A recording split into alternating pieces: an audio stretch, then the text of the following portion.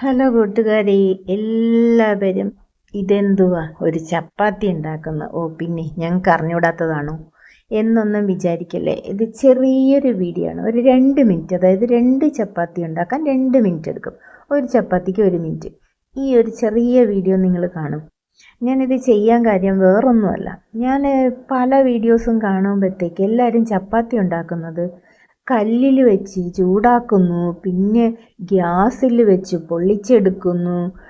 എനിക്ക് കാണുമ്പോൾ തന്നെ അതിശയം തോന്നുന്നു. പൊള്ളിക്കാനായിട്ട് ഗ്യാസിൻ്റെ തീയിൽ എന്തിനാ കൊണ്ടുവന്നേ? അല്ലെങ്കിൽ തന്നെ അങ്ങനെ ചെയ്യാൻ പാടില്ല. പലരും ഈ തെറ്റ് ആവർത്തിക്കുന്നു. ഗ്യാസിൻ്റെ തീയിൽ കൊണ്ട് കാണിച്ച് പൊള്ളിച്ച്.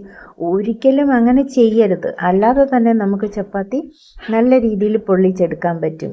യാതൊരുവിധ എണ്ണയോ ഒന്നും തൂവാതെ തന്നെ നമുക്ക് നല്ല അടിപൊളിയായിട്ട് പൊള്ളിച്ചെടുക്കാൻ പറ്റും.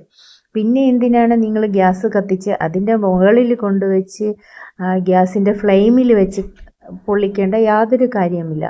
അത് നിങ്ങൾ അല്പം ശ്രദ്ധിച്ചാൽ മതി.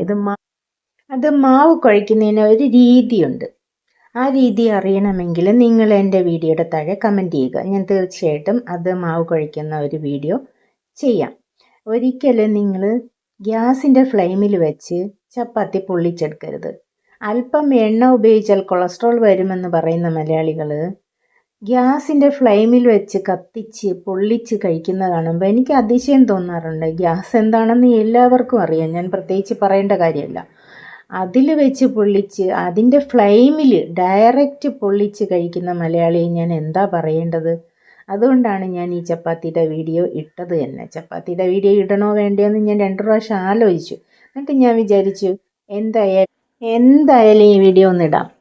ഒന്നുകിൽ ഒരാളെങ്കിലും കാണാതിരിക്കില്ലല്ലോ.